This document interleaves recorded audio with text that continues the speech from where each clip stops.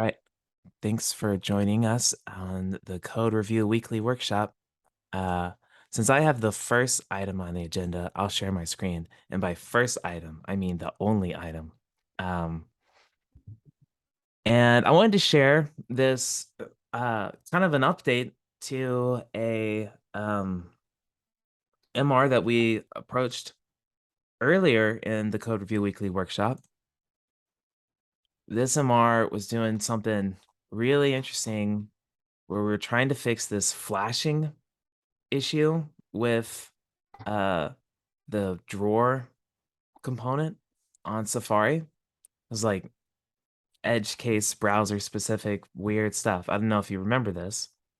Um but the proposed fix was adding this, which is also like, man, this is real kind of we're knee deep in trying to figure out how we can get things just working.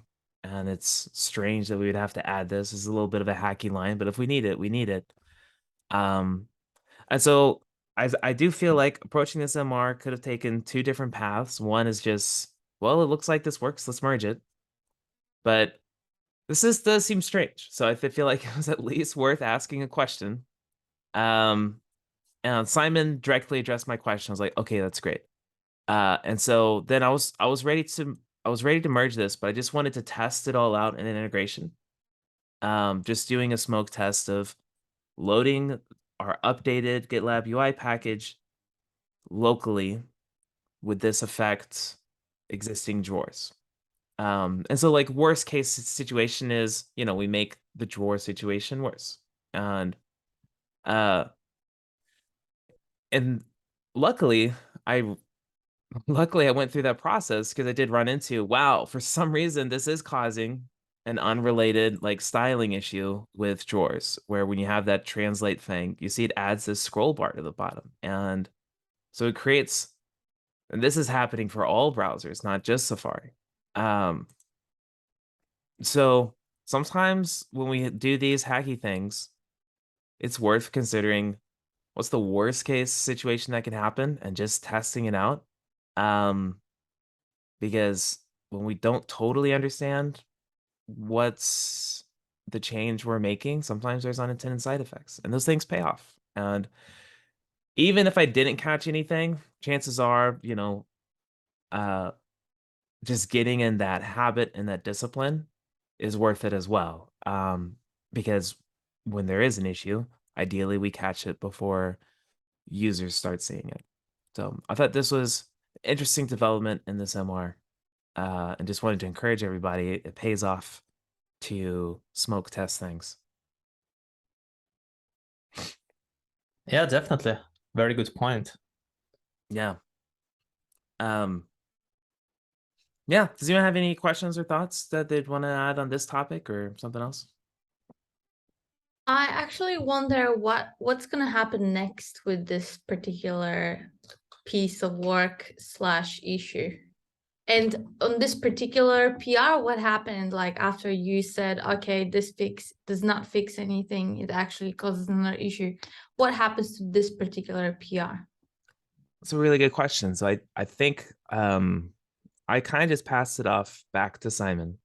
And so this does fix the Safari issue, but it does seem like it introduces a new issue.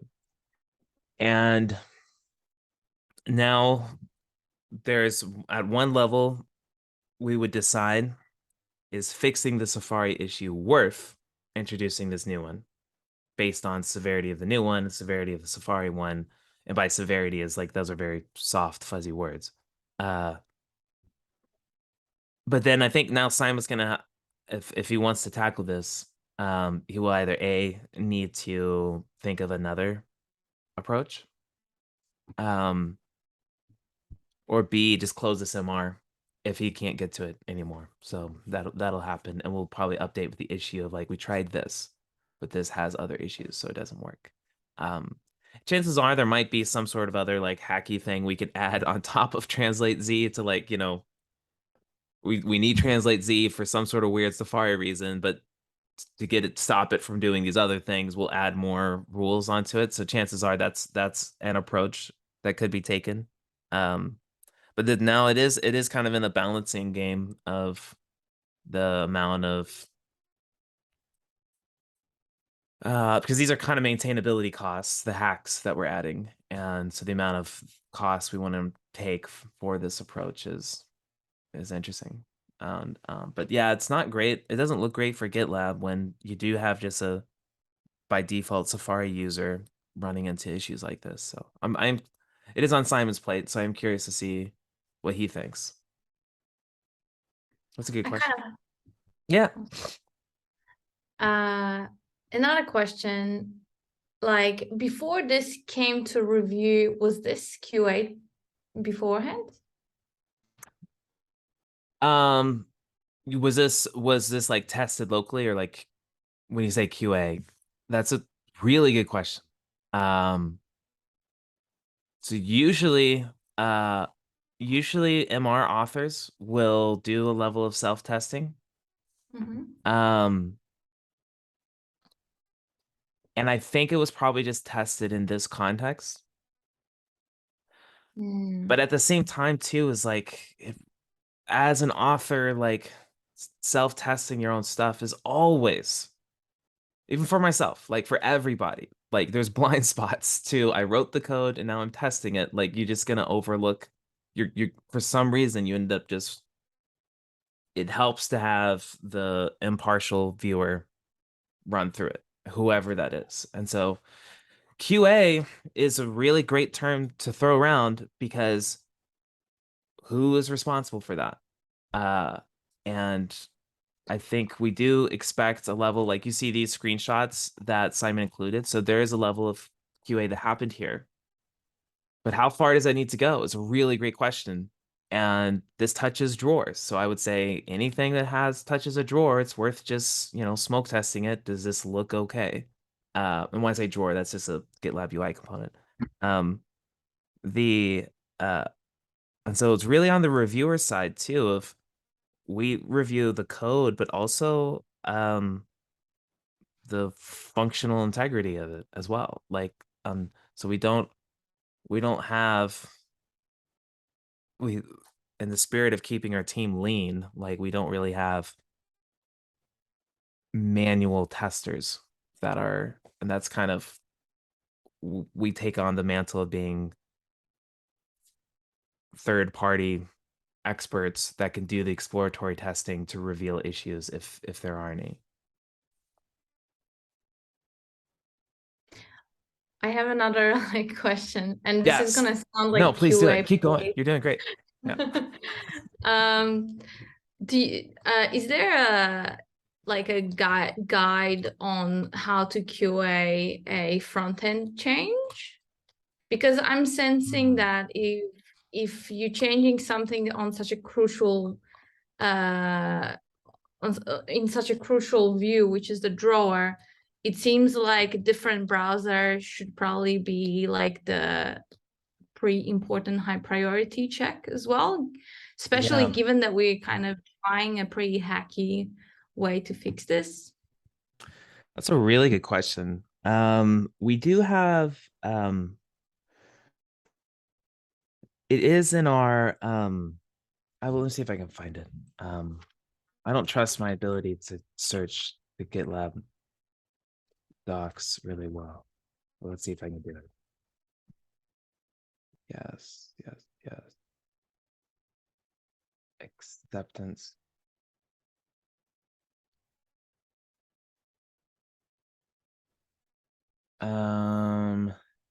Maintainers are the DRI of assuring the acceptance criteria of a merge request is reasonably met. So part of that acceptance criteria is like,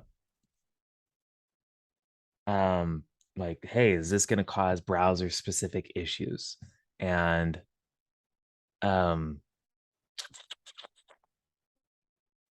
there's so much here. So you're asking a really great question, because this is a very specific task of, I want to QA something that touches the front end. Like, I imagine you're almost picturing like a checklist of like, let's test, does it work in Safari? Does it work in Firefox? Does it work in Chrome? And the answer to that is no, we don't have like a task list for that activity. We more have like, here's our requirements we're trying to meet. And so make sure everything is reasonably going to meet those requirements. And so a lot is left to discretion, which is good because we don't, trying to lean towards maximizing our efficiency. And I think putting human discretion in the loop is important for that. But it is very likely that that would be something worth elaborating, of just a guideline for how things to think about when you're wanting to smoke test. Like I just did. If I'm wanting to smoke test just from the front end, hey, this is reasonably okay. A guideline of steps to take is actually a really great idea. I'm gonna write it down. I need to write it down, or I won't do anything about it. But I like that idea a lot. Yeah, thanks for bringing that up. No worries. It's always good to have a list, like a checklist, even to just remember the steps.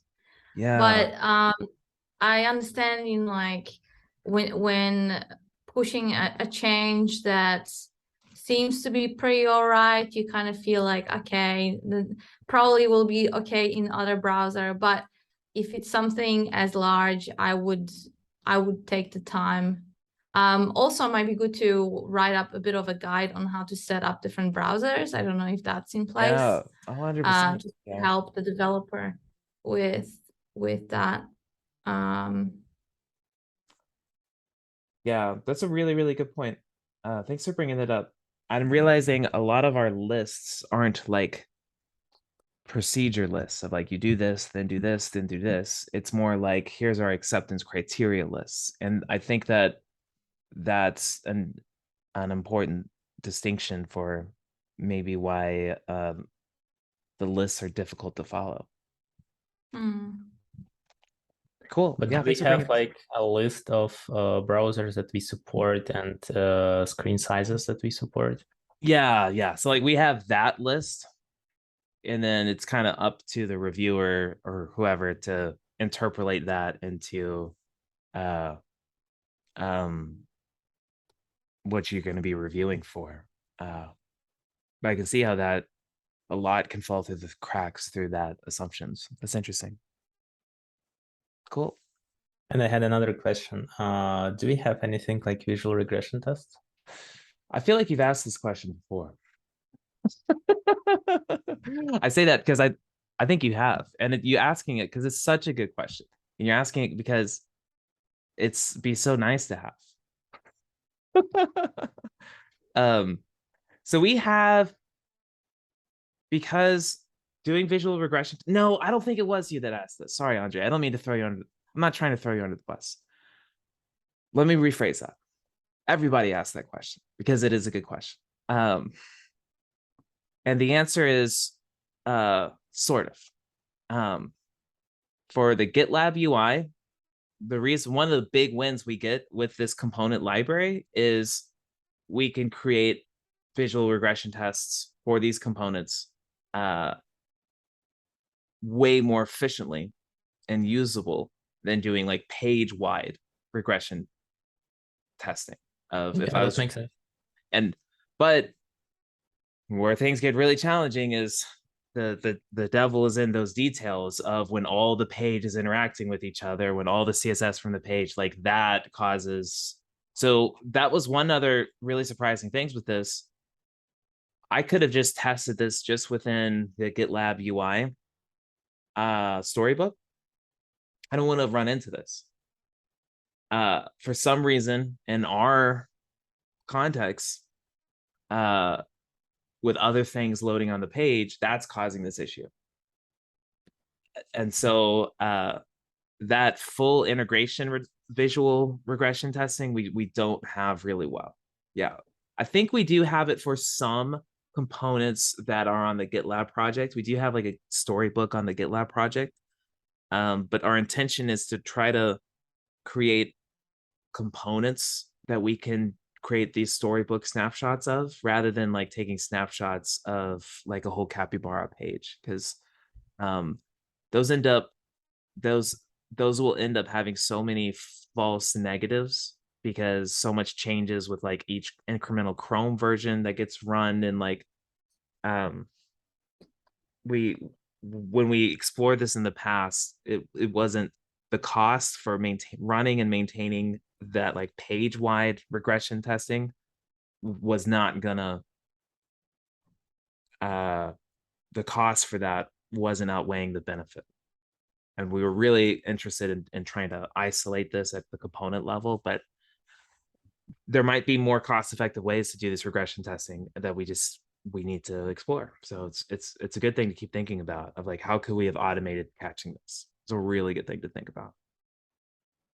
There are nowadays some new tools in the market for visual regression test that uses some machine learning capabilities to do a smarter comparison with snapshots and also better snapshots updates and whatnot. That's so fancy. That's so freaking fancy. I'm out. I guess human brains are old school. That'd be cool. Yeah, that'd be really cool. And I think I highly recommend at any point at GitLab, we're pretty I think generally our culture is very we prioritize team-wide initiatives. So even though we're like sliced to a specific group, bring up to the manager and PM of like, hey, we should really set aside time to do this that will help our group and all of GitLab.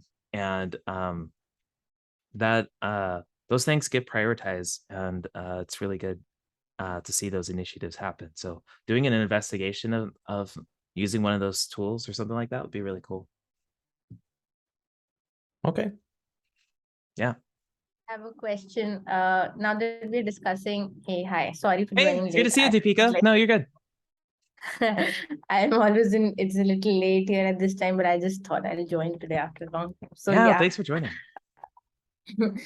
I just have like we've started reviewing the MRs, and I just have this every time that sometimes there is a front end label for me. For example, Vue is I'm okay at Vue now because it was Vue. It is like new, but I'm not good at Ruby. So if I get an MR, which I see that a lot of backend changes, and there is a front end label, and I don't think that I'll ask questions, I'll see that it runs, but I don't think I'm good enough to actually review it. Like I'm not, I would say, I don't know what word to use. Yeah. So sometimes I'm just forced to like approve it, but I know a 50% in my end that I'm not 100% satisfied with the way I've reviewed it. So what do we do in such cases? That is a really good question. That I'm gonna actually I think we've diverged a little bit from the with MRs that are both FDU and IPU. I'm gonna diverge just I think that's its own topic. So I just opened up an MR that I recently reviewed that had both. So this is shuffling around some CSS pages so that we can take what was previously being added for every single application CSS, and we could put it on just, hey, only the clusters page needs this. So we're moving CSS pages around. But then there's this backend change. And it's very easy for me to just be like, I have no idea what this is. I don't know what Rails is. I don't know what this double arrow thing is. Like, so in those situations, and that will definitely come up. I mean, that's why we do have both the front end and back end review. And it's okay for me to identify this is outside my area of expertise. And so I want to make sure that someone that this is inside their area of expertise has reviewed and approved it. So looking back, I was like, I guess that's what we do. I've seen this before. But this is the backend maintainer, Etienne. I don't know how to say that name. and he approved it. And I was like, okay, this is inside his domain. He knows what he's doing. So I'm going to keep an eye on it, but I don't have, that's not necessarily, I will approve it knowing that, like, almost delegating like my trust to that expert. Does that make sense? Yeah, but okay. So sometimes, like, I'll show you an MR which I just got today Yeah. and haven't. Do you want to share your Yeah. screen? That would be amazing. Yeah. Yes. So, yes. so like MRs, like such MRs, I just put it on the back burner for late, and then I'm just not like happy doing it because, like, example, this is an MR which I see only has like kind of backend changes, and they're very less, I would say. Like, I was okay. So there are no just the Hamlin and this thing. So I don't know. When I saw the MR, I just understand this change GitLab UI because I've worked in the pajamas component today, so I'm just getting like used to all the things. Yeah. But I don't know a lot of things, and yeah. But you see that almost a lot of backend changes, and I don't know, like, good enough to like review it. Yeah, I and do you see don't this. have, and so I would say the way our process is you're not being asked to review the backend. You should just be concerned about the changes to the HTML HAML side from the even front end perspective. So like HAML's interesting where you do have both worlds clashing often, where you have not clashing, but you have the back end and the front end at the same time. And Yeah. so from that perspective, I would if there were like heavy Rails backend stuff happening on the HAML that I didn't feel like I was comfortable with, I would approve saying like, hey, from the front end perspective, we're not changing anything here, so I'm approving. This is good. But can someone from the back end just just double confirm these changes? And I think that the backend reviewers are also tasked with reviewing the backend change of the HAML. So I think your responsibility here is almost like, are we changing anything to the front end? Like, are we adding anything to the front end? And it looks like it's not. So I think that's good. That's the big ask here, really. Yeah. But I also feel guilty about not like testing these these kind of MRs when we get like when I just check out, for example, I got a security MR which I had no clue about, and I was like like, what do I do with this? I had to mirror the repo again, and I ended up just approving because I asked questions and I just got answers like directly. Yeah, I know. So is it okay to approve it like that? I just feel I'm not doing justice to the review method then. Actually, I personally, yeah, that when I get a review, just check out, test it. That's the process that we do. So yeah, just wanted to bring it out. That's how I think you highlighted like one of the most important things, which is just asking questions. Like, no one is expected, other than maintainers, no one is expected to be, you don't even have to be an expert at front end. It's just about collaborating as someone that isn't familiar with the domain. Let's collaborate and ask questions about it. And it's really like, that's the most important thing that can be done. But then also, as you start to become more and more familiar with it, then you can identify, you know, the issues, maintainability issues, or even user-facing issues that might come up with certain approaches. So that is like when you first start reviewing MRs, that will be probably difficult to find. But you'll see maintainer comments after your approval. Yeah. And yeah. It's over time you would want to try to see like, oh, the maintainer found this. Like, that's something I'm going to register in the back of my head of like, oh, I got to be looking out for this thing. And there's a lot of those things. So it's also just about getting a deeper understanding of how we view and look at these things. But yeah, from this MR, yeah, these MRs can be a little like daunting of like, oh man, 16 files changed, gosh. But from the front end Yes. perspective, I'm like, this is backend's problem. Yeah, that sounds, then I'm not the only one who's feeling that way. That's okay. No, you're good. Yeah. Yeah, with that perspective, I would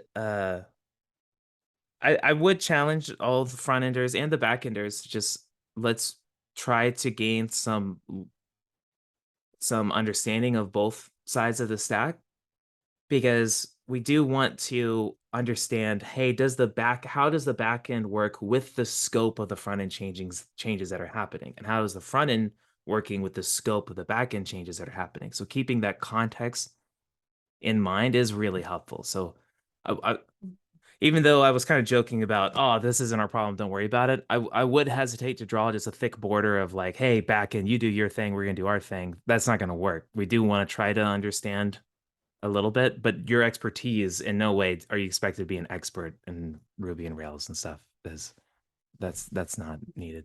Yeah. Hope that was helpful. Hey, Yeah, Cassia. Yeah. Can I just throw something in? Yeah, please do. I'm pretty fresh on the onboarding stuff because I just started recently, and there is actually a note about this particular situation in the handbook. It basically says that if you're not comfortable reviewing a change because it's a different language, because it's like a little bit over your head, then basically don't feel afraid to ping someone for the review because you're not comfortable doing it yourself. And I would recommend that as well, because at the end of the day, if you approve something and it causes some drama, it will be your name on it. It was approved by you, and you don't want that, because if you're not sure that you're happy with the code. So yeah. and also, I think, don't quote me on this particular thing, but I think I read that the files that still live in the Ruby on Rails, even the front end stuff that lives in Ruby on Rails, still belongs to the backend reviewers and not the front end reviewers. I might be wrong, but I feel like that's what I read. So that's a really good, thanks for bringing it up. And that is a really good point. Yes, definitely feel free to just say, I think this is outside my domain. Let me ping someone else to review it. That's an awesome thing to do. And we do that in front end all the time, because the front ends and back end too, like the scopes are so large that sometimes there's like a really detailed Apollo change. And I'm like, let's add this to Natalia's queue. She's going to be able to review this well. But to what you're saying about I think the YAML files are the ones that are in question of like, is this a front end or a back end asset? Is that, Cassia, is that what you're thinking, is these YAML files? Yeah, I'll try to look it up, what I've read, just refer back to it and see if I can find that particular line. But I feel like I've read that is still a backend consideration. Yeah, so I would say those files are and they end up being both backend and front end, because those files can contain Ruby code. So the way that we've officially tried to sift the responsibility is the Ruby code side of those files is backend, and the front end side is front end. But I would strongly encourage every front end engineer to use those YAML files to learn Ruby, and you want to get really familiar with the Ruby that intersects with those YAML files is going to be really helpful. Yeah. Thanks for bringing that up. That was a good question. I would also like to add that I think there is a way basically to restart the review roulette bot if you're unsure whom to suggest. So you can just spin the roulette again and just find someone. How do you do that? How do you restart it? Do you know how to do that? Not from the top of my head, but I'm pretty sure that there is this job basically that produces the danger output, and one of that part is the denture bot. So you just restart this part, and then it should be fine-ish. Okay. But I need to double check, because at least that was totally mentioned in somewhere in the handbook that you can rerun the job. Are you all familiar with this thing? Yep. So if without waiting for the job or whatever, you can also just get let me ping another front end reviewer, and I'll just highlight all the reviewers' front ends, and I'll spin the wheel. Ah, nice. I forgot about the button. And I'll just get a new one. So Nice. yeah, that helps. That helps. We also have this cool feature where we can see the history of people's capacities, like the average capacity. So things get a little gnarly when we're like, oh, only 33% of maintainers are available. Something's not It would right. have been so cool to integrate it in the actual product. Yeah. Now you're thinking good thoughts. Not like you were thinking bad thoughts before, but that is a really good thought. I've been thinking about it since I learned about the review roulette 2 years ago. Yes. Yeah. There's an issue for that. It's such a great idea. It's worth bringing up if we can. I can't find it. Okay. No, there's an issue to do that, and that would be amazing. And it is worth for all these like supplemental automation tasks we've done to try to improve our code review experience. At some point, we really diverged from baking these features into the product to like creating these bots, which is a little counter to our primary example of wanting to improve our product. So yeah, that's a great idea. It would be so amazing to have reviewer roulette and baked into GitLab. I wish I had the issue. I'll find it. I'll add it asynchronously to the agenda. Cool. Yeah. Thanks everybody for the interesting conversations. Does anyone have anything else they'd want to add? Okay. Well, I find myself at a crossroads because I have some really small MRs we could all review together. My wife is trying to call me because she is locked out of the house. So I'm not sure what I should do right now. I'm actually going to step out for 10 seconds to let her into the house. But if you have an MR that you'd want to work on, let me know. I'll be back in 10 seconds. That was a good one. Yeah.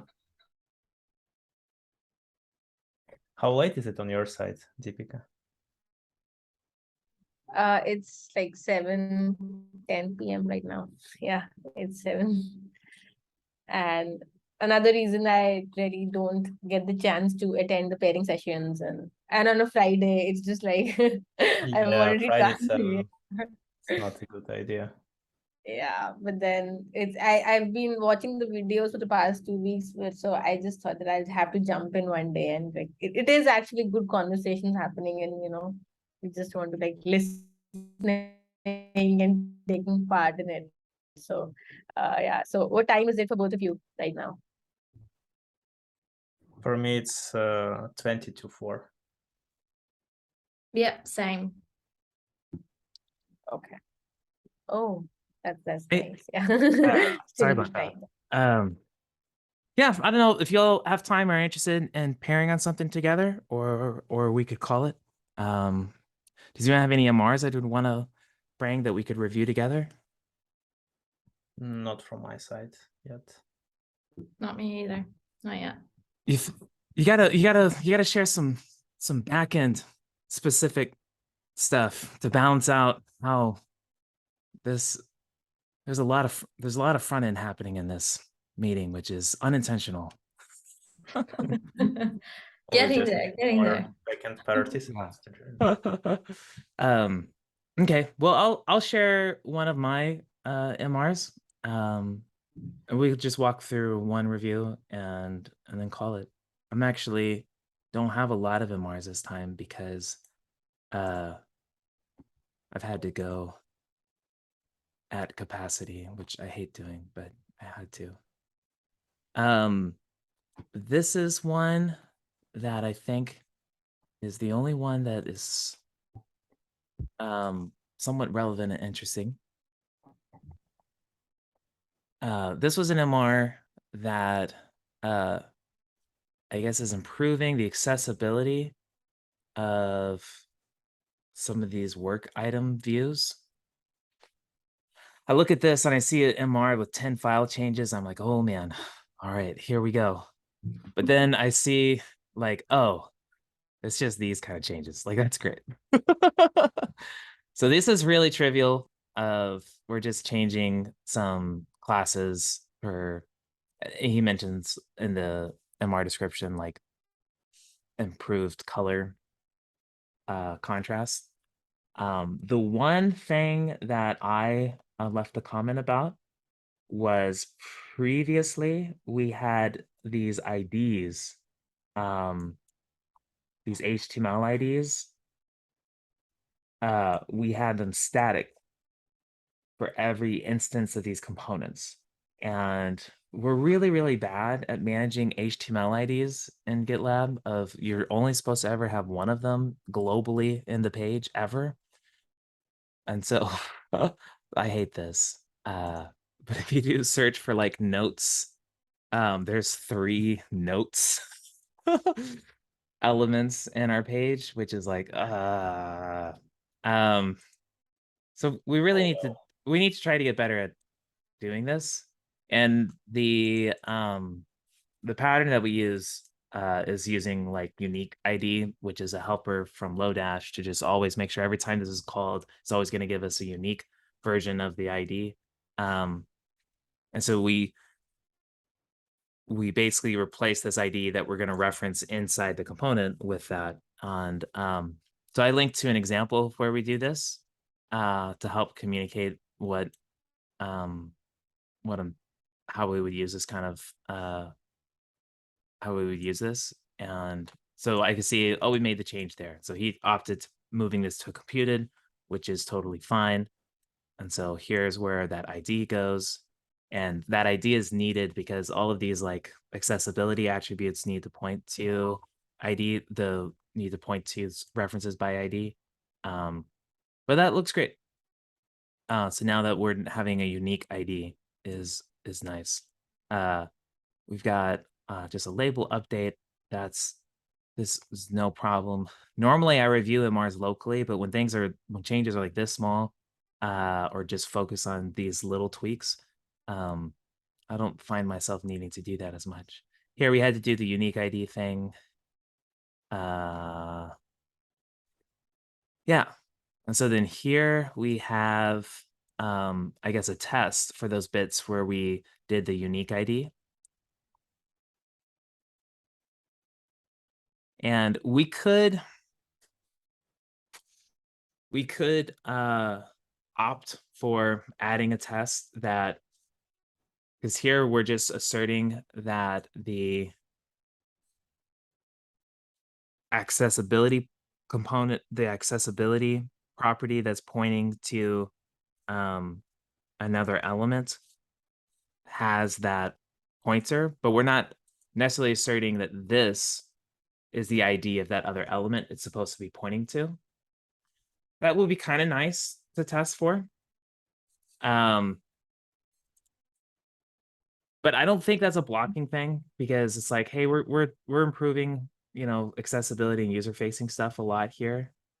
I think I'm just going to leave this non-blocking test suggestion of, rather than just testing just this prop, maybe we should test that the ARIA labeled by matches the ID of the other element, rather than just this static to contain. Does that make sense? Yep. I think that's the only comment I'm really going to make. It'd be nice to assert that this ID matched the ID of, or this matched the ID of the element it's meant 2 points to be something like this. Expect find the props to equal find I don't know, token labeler. That's not a good one. Oh well. It's ID.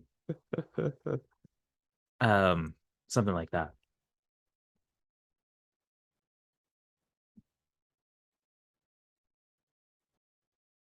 Yeah. On that note, I am going to also add a praise. Thanks for adding these specs. All right. That's about it. So I don't really have any blocking things here. I wanted to Yeah. ask a question, not review related, but I guess a general one. So do we import actually, or do we bundle the whole Lodash library in, or how do we do No, it? so that's cherry picked of like, or not, what do they call that? They call it tree shaked. So here, because we're only importing the debounce export, that's the only bit that will actually get imported. And because we're only importing just the unique ID, that's the only bit that will get imported in the bundle. Yeah, there's Lodash is a tree shakeable library. Call it tree shaking. I don't know why. Such a weird. I feel like there's probably more descriptive term than that. Yeah. Oh well. Good question. And that's something to think about. And we have some of these automated comments talking about automation outside the project. We have some of these automation comments that help give us some perception on that. And this bundle size analysis is helpful of, is anything changing significantly that we wouldn't expect? Like if I add an import, if all of a sudden we like imported Monaco here, we would see some sort of change here for sure. And is it the G? So this is the JavaScript size? yeah, these are like the Webpack bundle size. Yeah. And that's before gzipping, right? Or I hope at Yes. least. Yes. Yeah. It's a freaking lot of JavaScript that gets, it is a lot. I hate JavaScript. Yeah. When I I say have a that, question. Less JavaScript, less issues, right? yes. What's up, Deepika? Yeah, sorry to interrupt. I just wanted to, now that we are like looking at the bundle size. So when I started like working here, and I had this one question with my buddy, which happened to be Kong only. So I asked, when I first I had so many pipeline errors, this was, so how much focus do we give to this bundle analysis? I mean, do we ever say that, like, is that a valid review comment? I mean, not that I'll do it, but I'm just wondering, that is incorporated into DangerBot for some reason, right? So that we want to analyze that. That's a really good question. Let's see if we can look for comments talking about bundle size. Have you ever used this search before? I'm gonna take that as a This no. one. So I love searching for comments. Yeah, so here we go. It would have a really large impact on bundle size.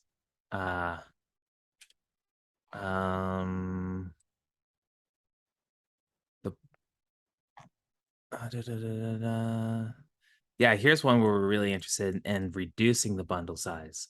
I show this. I want to show sometimes I look for comments. I'm thinking about a comment. I want to see, do we have like any quote unquote precedence for kind of what I'm thinking of saying? And searching for comments is really helpful sometimes.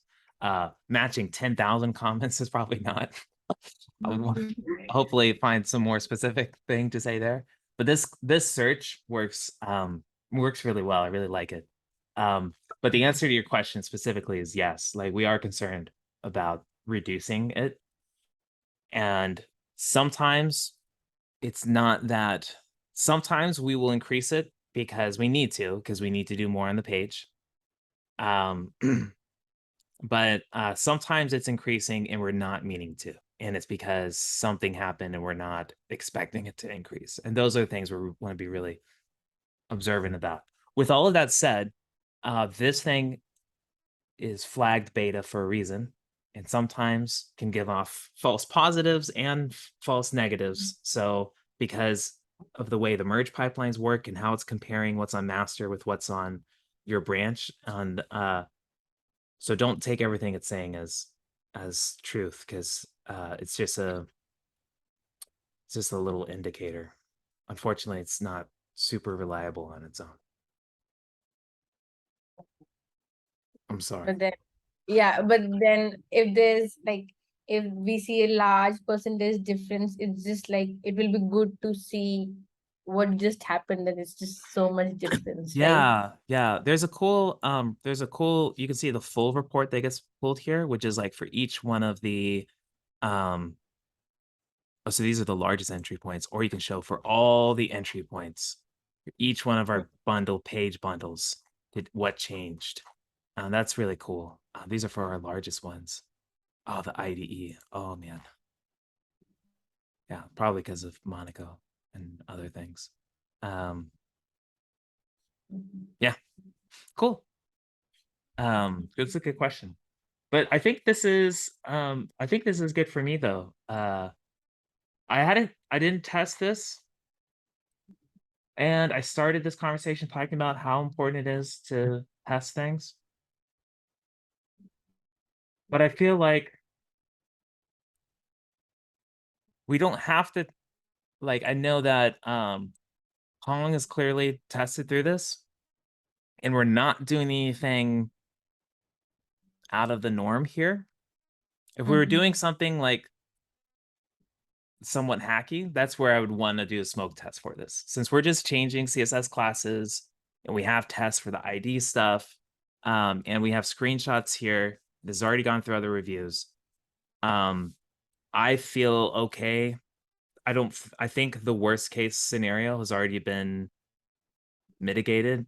And so I'm not concerned about a worst case scenario here. So I personally don't feel like I need to manually test this. I'm using discretion. But if you all think that makes me a hypocrite and I should manually test everything, then let me know. And because I'm also a people pleaser, so I would try to make you all happy. But let's merge this in more while we're on the call. So I think we're good. I'm gonna say thanks so much for working on this. Thanks also for the ID change. I left a non-blocking comment. But otherwise, it's good to me. Thumbs up. I always leave a GIF. Let's use Kirby. Approving and starting merge. All right. We'll approve. And we will start the merge. And so I want to be, yep, sounds good. This was reviewed. So I did just look at the scope of this as testing accessibility stuff. And so this was reviewed by our UX team too. So that's telling me, okay, this is pretty good. So as like a maintainer, I don't necessarily have to do all the work. I'm just making sure the work has been done, which is helps us be efficient. So I'm going to approve. I can't approve because I already approved. I run into that all the time. When we use the quick actions, it doesn't update the approval thing. That's so frustrating. All right. We will use the original commit. I always like to include a reference to the MR URL because sometimes those get lost. But yeah. Oh no, I was supposed to start pipeline. No, we're supposed to wait. Oh wait, I wasn't supposed to click merge. It's too late. Oh well. All right. Well, you guys just watched me circumvent our process. But that's okay. I can always rewrite it if something bad happens. But I doubt this is going to cause anything bad. Thanks for hopping on and helping out. I appreciate you generating lots of interesting discussions and contributing to it. And maybe see you all next week. Yeah, Yeah. sure. Thanks everyone. Bye. Adios. Bye-bye.